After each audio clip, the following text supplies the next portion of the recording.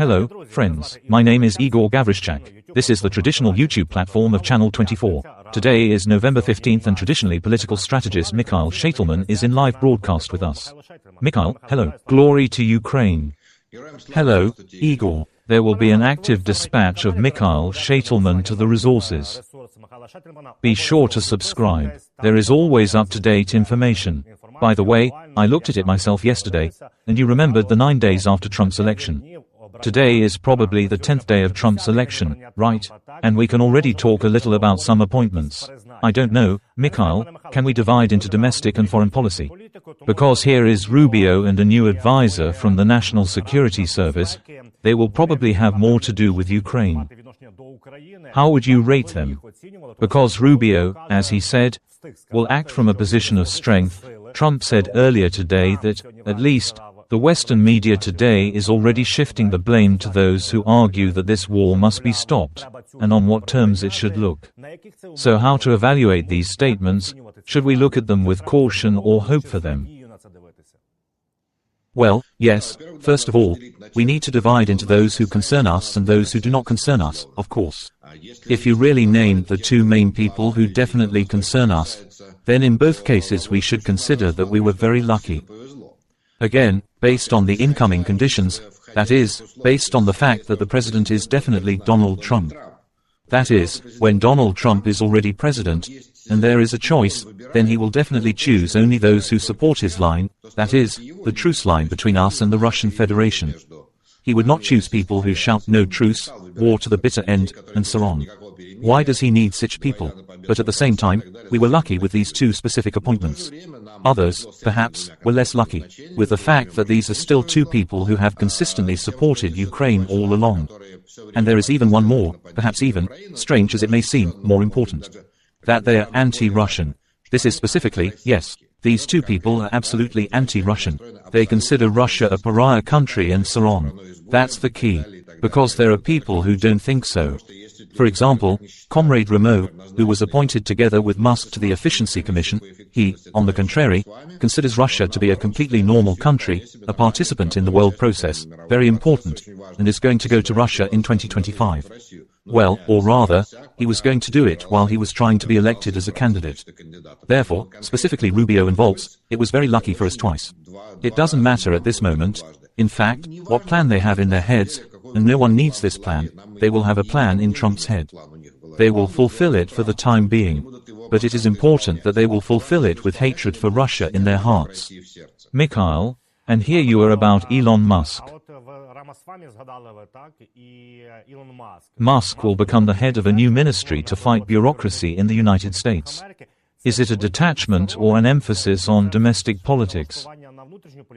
And in general, as they always like to report in the United States, unnamed journalists say that in fact Musk is the second president now.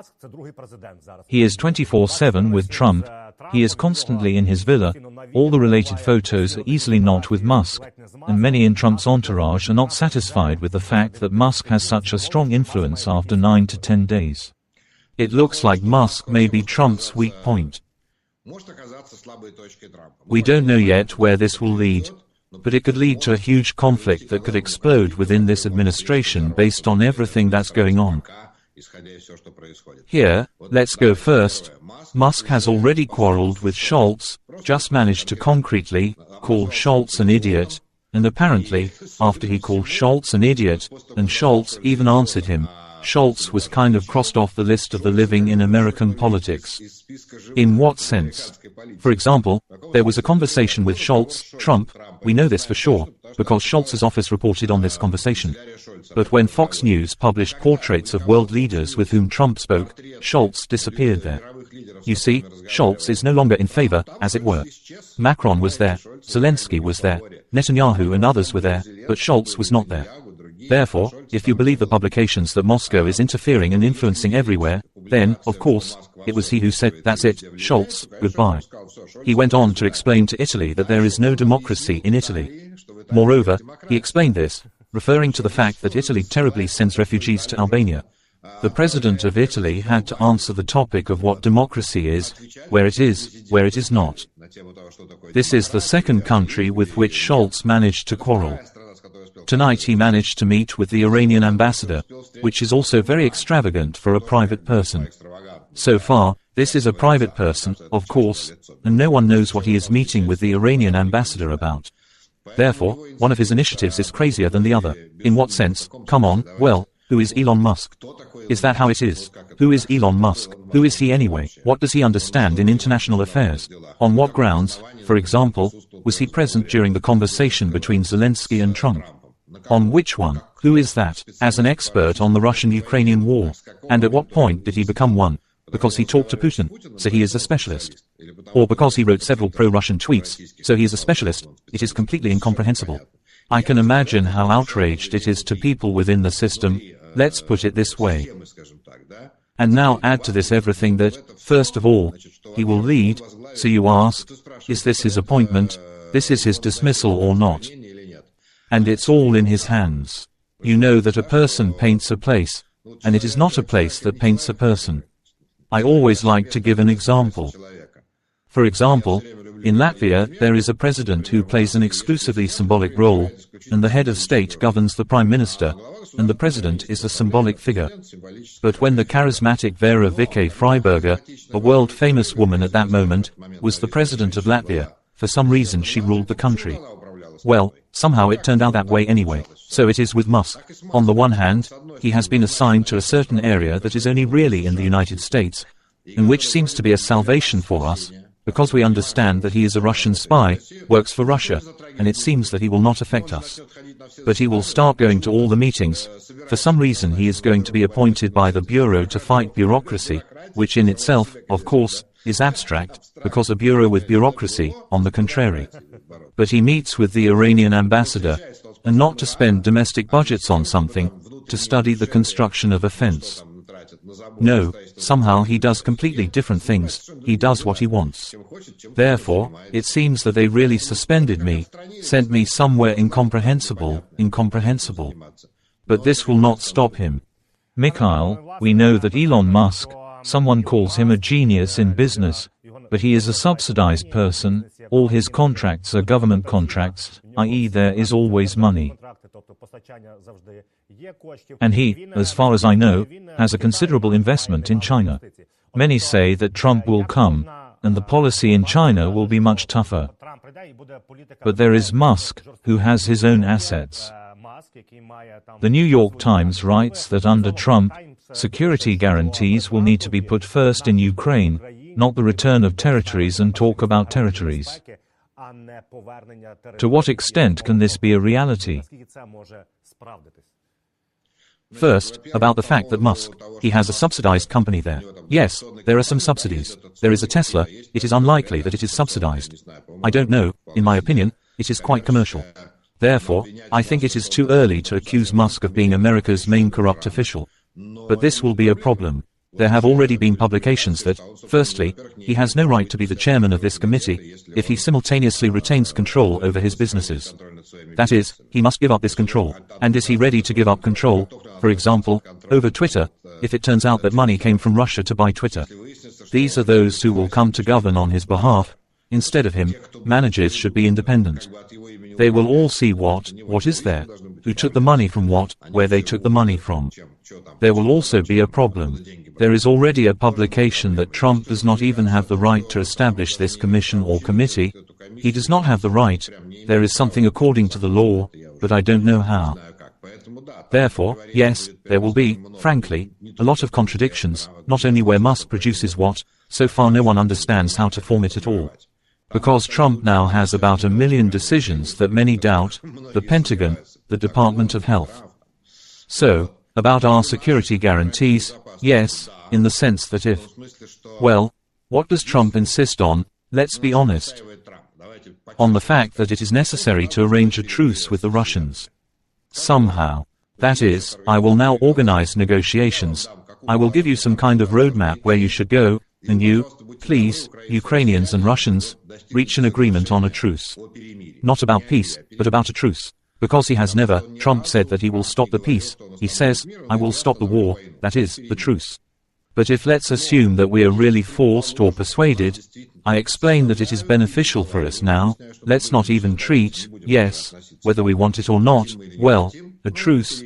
Then really, what security guarantees can a truce have, given that part of the territory will remain occupied for this time? Here is another paper, well, now not the Budapest Memorandum, but the Washington Memorandum. Well, it is unlikely that it will suit us. That is, we physically need military forces, the United States, NATO, I don't know who, which will be located throughout the unoccupied territory and directly physically hold the front line, which we will believe that they will not flee in danger. Can such a military force exist? Yesterday we received an answer from NATO that this cannot happen. When the chairman of the NATO Military Committee, Rob Bauer, what did he say? He said that we would have thrown the Russians out of Ukraine, but Russia has nuclear weapons, and otherwise we would have been in Ukraine a long time ago and would have thrown him out. But no truce cancels the fact that Russia has nuclear weapons. So then will they throw it out or not? Why will they throw out during the truce? Well, if they go further, yes, forward. And they will not be without a truce. What is the difference? All this is being cancelled now because of the fear of automatic nuclear weapons. Therefore, it really became difficult for me to come up with security guarantees. And even how will the fact that we are considered a member of NATO be different from the Budapest Memorandum? Well, for real, the troops will be different from the Budapest Memorandum if you took and deployed here physically, I don't know, a 100,000 contingent in Ukraine, and along the line, some kind of line that will be established as a ceasefire line. This, as Putin says, is already a fact on the ground. Yes, when they are standing, 100,000 people, and they will not go anywhere. And if they begin to step on them, they will begin to fight back just to save themselves. But that's the only way. This is the only guarantee of safety. Yes, it is also not 100%, but it is something that can be relied on. Any papers, but what should we do with them? That was my next question. Some contracts are signed. If there are no security guarantees now, then why give them later? If now there is no opportunity to admit Ukraine to NATO, why after a truce or the stop of the hot phase, someone will say, like Boris Johnson, who said, if the assistance from the United States decreases, then British troops can be in Ukraine. As Macron said about his troops in Odessa. No, look, I would not discard this statement. Firstly, Macron said something, and he did not cancel it. And then, when he said this, and everyone began to say, well, where are his troops? Then I immediately understood Macron and, apparently, understood correctly. He said this in the sense that if the Russians, as they call it now, break through the front or something like that, go directly to some large cities and there is a risk of genocide of large cities, then he sends a contingent there. And then these reservations began. That is, at first he just said it, but how it would read, it seems to me, in his idea, that he would not allow further mass genocide. Now, when our people leave some city or village, there is no population left there. A few people remain there who wanted to stay for some reason. But, in principle, there is no population left there. The Russians do not get Ukrainian residents at their disposal. But we understand what will happen if they approach some big city. This is what Macron was talking about. And we should be grateful to Johnson again now. Because Johnson, aka Elon Musk #2, is a friend of Trump. And Trump called Johnson with all this. And when Johnson says that, he's not just saying it to us, he's saying it to Trump. Yes, by the way, there was a publication yesterday that Trump has not yet been able to find a common language with Keir Starmer. And that Keir Starmer is still trying to find an approach to Trump, and Johnson has long found it. And this is scary to our hands, because this is all that Johnson dictates to Trump. If Musk says in one ear that it is necessary to urgently give up Crimea, to build a water pipeline there, to hold a referendum in Lugansk and so on, well, everything that the Kremlin masters, so to speak, instructed him to pursue such a line, then at this time Johnson says, look, if you do not give help, we will outcircle the British troops, I will force them, persuade them, and so on. That's something like this. Therefore, it is very beneficial for us. Mikhail, do you think this cadence of Trump will be different from his 45th presidency? Because then he changed the head of the Pentagon 4 times, everyone who disagreed, he was constantly in chaos. Do you think there will also be constant chaos in this cadence? Or did he place people in the beginning and then take into account the mistakes in his previous cadence? Because his administration was headed by a good manager, who was a pro-Regano, and in fact she knows how to build management. 2 days ago, I would have told you that I don't know, because I didn't live under Trump in that cadence, so it would be very difficult for me to compare anything. But during these 2 days, he managed to make so many decisions, Trump, that he seriously led me into doubt about the possibility of doing some things adequately, and not only me.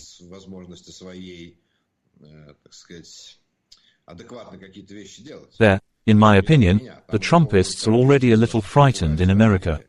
Yes, look, it means that yesterday there was a massive seething in the Pentagon. Firstly, he is going to purge the Pentagon, for which he creates some other commission. He will sort out each personnel general, leave, fire, and, finally, appoint the TV presenter as the Secretary of Defense. To which the Ministry of Defense asked, "But there, you still need to pass 70 checks through the Senate, and we won't even have candidates for these positions, because they won't go to work for a TV presenter." Then the Pentagon replied as follows: "Listen, this TV presenter, he had previously made programs on TV. And here you need to manage the Pentagon, where tens of thousands of people work, if not hundreds of thousands in the Pentagon." As if he had never managed anything, how he could manage tens of thousands of people. And that sounds very reasonable. Well, it's clean from the outside, yes, if you don't delve into anything further. Then this appointment, which took place tonight, we do not yet know for sure about the press secretary, because these are still rumors. But we already know about the Secretary of Health that this is Kennedy Jr., apparently. So, Kennedy Jr., whom Trump said to appoint as Secretary of Health, is a very famous person in America. And famous twice, not once. At first, Kennedy Jr. became famous for his struggle for the preservation of nature. Just a very man was engaged in nature conservation, wrote a dozen books about it, participated in a bunch of all sorts of events and was directly the leader of the topic of nature conservation in America in general. And he got on the covers of everything and had a lot of support. But, a little later, due to some personal circumstances, I apologize for the expression, went crazy, in the literal sense of the word. And when we saw this Kennedy Jr. and were very afraid of him as a candidate, remember, yes, he was anti-Ukrainian and so on. So, at that moment, he was already known in America as the main anti-vaxxer, as a person who, thanks to him, several topics became popular. Perhaps he did not invent them himself, although I think he came up with something. The first thing he came up with was that 5G networks spread the virus through people's heads. I mean, it's Kennedy Jr., At least, all authorship is attributed entirely to him. In America, it is known that he spread such a story. The second is that he is spreading the story that Bill Gates created the coronavirus in order to cash in on it and pour liquid chips into everyone's heads through vaccinations, too. It is Kennedy Jr. in America who symbolizes all this. He was banned from all social networks for all this. And this person is appointed Minister of Health. And if yesterday we heard the indignation of people in the Pentagon about the actor TV presenter, today, I think, we will hear the indignation of the employees of the Ministry of Health, doctors, I don't know. I don't know if the doctors there somehow fall under the Ministry of Health or not. But these appointments are more than extravagant. And this story about, you see, in a pair, these two appointments, if you take them, they are of different classes of purpose. Wherein, it seems that the level of dissatisfaction may be the same, but the types of appointments are different. The first purpose, it is approximately, I recognize him. What is it? I remember, when it was a case for one person in Russia, a very famous Forbes journalist, Forbes magazine, a famous journalist of Forbes magazine, he was appointed president of a bank, general director of a bank, a huge investment bank, the largest in Russia at that time. Why? He wrote good articles, so he was appointed. Do you understand? But that was a long time ago, almost 20 years ago, and the bank, of course, collapsed after that, because a person knows how to write articles, and not manage investment banks. These are different things, and the people who appointed him are apparently very narrow-minded people. thinking that since he writes good articles, it means that he can manage. Trump is one of this type, since he talks well on TV about the Department of Defense, that everything is wrong in it, then he himself will manage the Department of Defense well. Well, you see, different people write to me that I am doing the Sheitelman channel on YouTube incorrectly, all sorts of readers write, viewers write that it is wrong, that I should do it this way. But it seems to me that if I let them manage it, then the viewers, subscribers, and so on will disappear. For some reason, I have no doubt about it. Or there, if we give everyone who gives advice on how to conduct military or offensive defensive operations there to manage the Ukrainian army, then it will not end well either. And Trump is taking this step. And the second, the other, well, I like him. He brings such things, let's really support him. Now he will show common sense. Both approaches cause me real anxiety if you are asking about a second term. We can look further, we will have to watch Trump. We can't do anything, it's none of our business. But look, for the first time I had. During the election campaign, of course, I followed Trump and listened to what he had to say. And I had bad feelings. But everyone assured me, Americans and Trumpists, first of all, that, don't pay attention to what he says. What's the difference? He's so cool that there are no words at all. I was unhappy that why say that then, but nevertheless, it's good, they are in America, they know better, they know better. But we have two neighbors in the north and in the east, Putin and Lukashenko, or rather, two peoples who once chose for themselves, then they may have regretted it or not, but once they chose such people as their leaders, and now they are ruled by such crazy old men, crazy old men.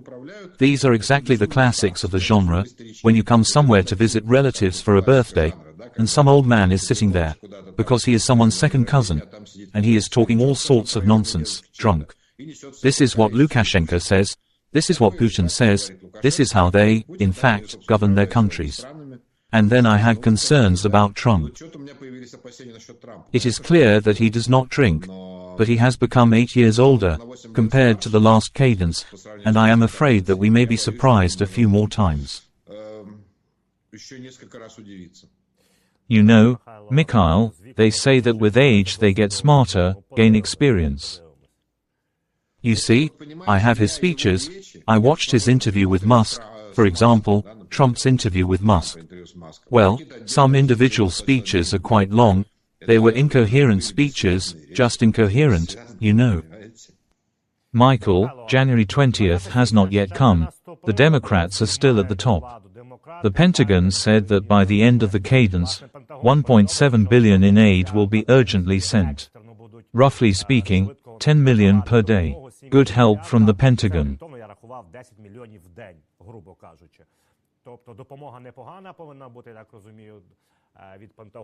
Well, on November 16th, Joe Biden arrived in Peru today, where he can meet with Xi Jinping. How serious is it? Is this just a formality to end his presidency, his political career? Or will they discuss something serious? First of all, did you say how much? 5 million a day? 10? 10 a day? No, it can't be. Definitely more. Because 10 million a day is 300 million a month. We have a little over 2 months left. I'm sorry, I'm confusing something. Here, you are a little mistaken. There is not 10 million a day, but 100 million a day. And this changes everything. I will explain why it changes everything. We have received the packages that we have received so far. If you remember, after the April establishment of these very companies, after we were given this money, the packages that we received were $200 minus $250 million each. We received them every few weeks. And now it turns out that in order to have time to issue this amount, firstly, even the Pentagon itself said that they have 9 billion, not 7, but well, if you take 7, then it turns out that we should be given such a package every 2 days.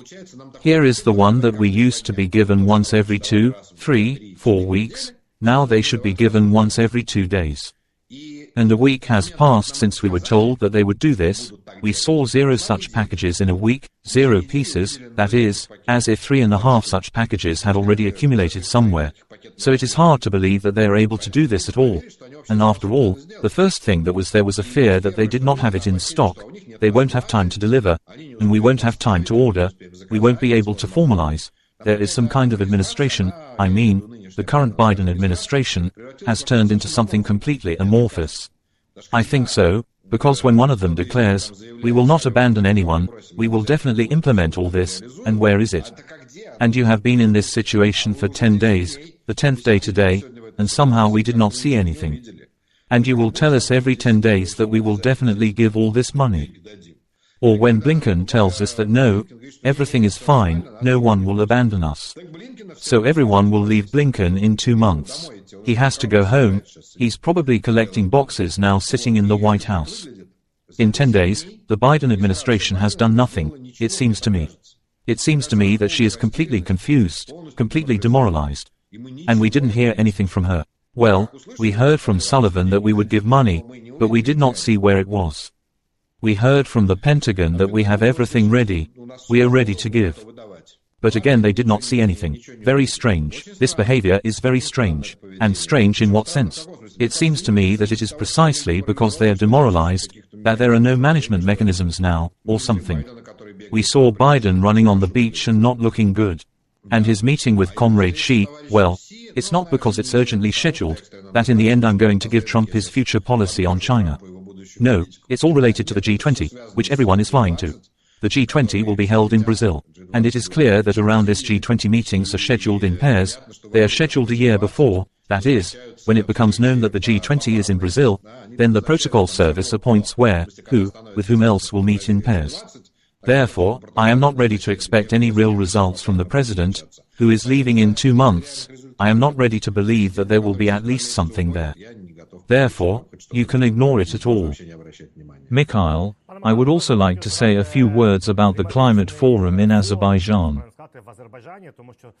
Last year he was in Dubai, Azerbaijan, Baku, and next year he will be in Brazil. And a lot of people began to shout that Azerbaijan, a country that is not quite associated with any kind of ecology, is hosting this forum. How reasoned is this? Because for me this is a platform where summits are held. This country does not necessarily have to be a model in ecology. And, of course, it should be remembered separately that the Taliban were invited there, with whom they will discuss some environmental issues. So, I think that Azerbaijan is no more environmentally unfriendly than almost all other countries in the world. That is, what can I say? But there are environmental summits, they should be held in environmentally friendly countries, but then they should be held all the time in those 10 countries that can be attributed to this category. Everyone else will pollute something there. And it is clear that Azerbaijan is fighting pollution. I mean, they have anti-pollution programs and so on. I just personally told you, from personal experience, before the war one was in Baku, I was in Baku for the first time, and I decided to go on an excursion, so to speak, because one of the most famous places there is the Black City of Baku. The Black City appeared back in the 19th century, I think, or somewhere on the border of the 19th and 20th centuries, because it was a part of Baku where they were engaged in oil refining. That is, oil was extracted, and then everything went there. And all the soot from this oil refining, fuel oil and so on, covered all the walls, and the whole city became absolutely. Well, this section of the city, this large section of the city, has become completely black. And when I tried to get there, because I found a map where it was and so forth, I don't think I can find something there. Here is an old map, it is not clear where. I went there just to this place, to this Black City, and it was completely demolished. This is a huge chunk. Well, I mean, it's the size of a real city. In its place, a white city was built, absolutely white, of white stone. And they gave this city mainly to the IT industry. An attempt to build an IT industry there. This is an example of the fact that Azerbaijan, of course, is doing all this. But this is a UN conference. That is, all the countries that are in the UN, they can all take turns to claim. But for this, they need to have resources, physical sites there. And the city of Baku, of all the cities of the former Soviet Union where I have been, and I have visited 13 of the 15 republics of the former USSR, Baku is the most progressive city after the collapse of the USSR. This is the level of progress of the city, Baku is the highest absolutely. That is, this is fantasy. It does not exist anywhere else in all the expanses of the former Soviet Union. When you have, excuse me, underground passages with escalators, everything with escalators. Where have you seen this, right? Therefore, Baku is a very large and serious platform. Then you say, yes, they called the Taliban. So it was not Baku that invited him. I mean, it was the UN that invited the government of Afghanistan. He recognizes the Taliban in Afghanistan, so they come. Even Lukashenko was there. I think Lukashenko is much worse than the Taliban in this sense. Yes, the Taliban are very creepy there, dubious and so on, but what kind of people are running Afghanistan? Lukashenko is a man who seized power by force, with a machine gun in his hands, recently personally tortured people in Belarusian prisons. He was photographed there, as we know, in the final photo at this summit. By the way, yesterday, which is the funniest thing, yesterday he spoke about this, and, oh, again I apologize for the expression, this summit in every possible way. It's really real, that, so to speak, I went in vain. Why did they collect it at all, that they discuss all sorts of nonsense? Mikhail, I would like to say a few words about what is happening at the front. Now there is a serious escalation on the part of the occupiers. They are advancing as best they can. The fighting in the Kursk direction became especially tough. By the way, both Bild and all other recognized, let's say, experts at the front write that the disaster is in Russia, in Kursk. Well, it's true, they don't have equipment there, they deprive a lot of manpower. As I understand it, the Kremlin also does not really understand what to expect from Trump, so they are trying before the inauguration. Many people say how Ukraine could advance further and knock the USSR out of the Kursk direction. Probably yes. In what sense? Why probably? Because they have been coming for more than 6 months in different directions, many at the same time. We very often say, military experts, that, well, they cannot advance like this for a long time in all directions at the same time. They must run out of resources there, and so on. Well, unfortunately, it does not end yet, as we can see. As for the deadlines, we used to constantly hear that someone sets some deadlines for someone, that it was ordered by January 1st, I don't know, 2023 to capture the entire Donetsk region, I think you remember that. And by December 10th, 2022, there was a demand to urgently seize the entire Donetsk region, because Putin has some kind of address to the Federal Assembly, and before that, some more. But since somehow they did not seize anything, well, they did not seize everything. Therefore, all these dates that are allegedly appointed there in the Kremlin, we have never heard this from Putin or from anyone. We have not heard of the dates. We know that he wants to seize it. He said bluntly, I want to seize this area, this, that. But we have never heard a deadline from anyone from the Kremlin leadership. That is, all these are inventions, well, like, probably, he wants for the new year, probably he wants for the Federal Assembly, probably he wants for his elections, probably he wants what else they have there on the day of the gopher or what they celebrate there. Therefore, all these are our own speculations. Yes, but separately, of course, the Kursk region is critically important for them, because otherwise their myth will collapse that well, they need to agree on what. Why should we make a new border, along the front line, right? And what about the front line? That is, the Kursk region then goes to Ukraine, Sudra goes to Ukraine. Well, there are no other arguments. Well, since you say therefore, in order to boldly continue the words of reality on the ground, that is, where whose troops are, he receives, they really need to return the Kursk region first of all for this. Mikhail, in conclusion, literally as soon as Trump won, his head from the headquarters said that, they say, forget the Ukrainians about Crimea, this is already a past story. Later, Trump made excuses that this was only his personal opinion, although, I tell you, they did not deny it. They did not say that he said something stupid, they said that it was his personal opinion. Should this worry us? Because is this a statement by Trump's politicians, or is it chaos inside? And to what extent, for example, does Marco Rubio say that we will overcome the path to peace through force? Through this force, who will suffer more, Ukraine or Russia? I think that so far, first of all, Trump does not have any specific plan. And we hear it, otherwise it will have already been announced somehow. Second, personally, it seems to me that Trump does not care at all where the front line will be. It doesn't matter to him. He has never stuttered about it in his life and is not even going to. And he is not even going to look at the map. He will unleash this on his assistants. There, you will draw something for them, they say. So he doesn't care. He has promised only one thing so far, and he is going to achieve it. This is a truce. That is, he said, I will stop the war. But he did not say, I will establish peace. He never said it. There is an abyss between stopping the war and establishing peace. Because, for example, I don't know, here are Armenia and Azerbaijan. Since we remembered Azerbaijan, the war between them was stopped back in 1993. They signed a ceasefire agreement in 1993.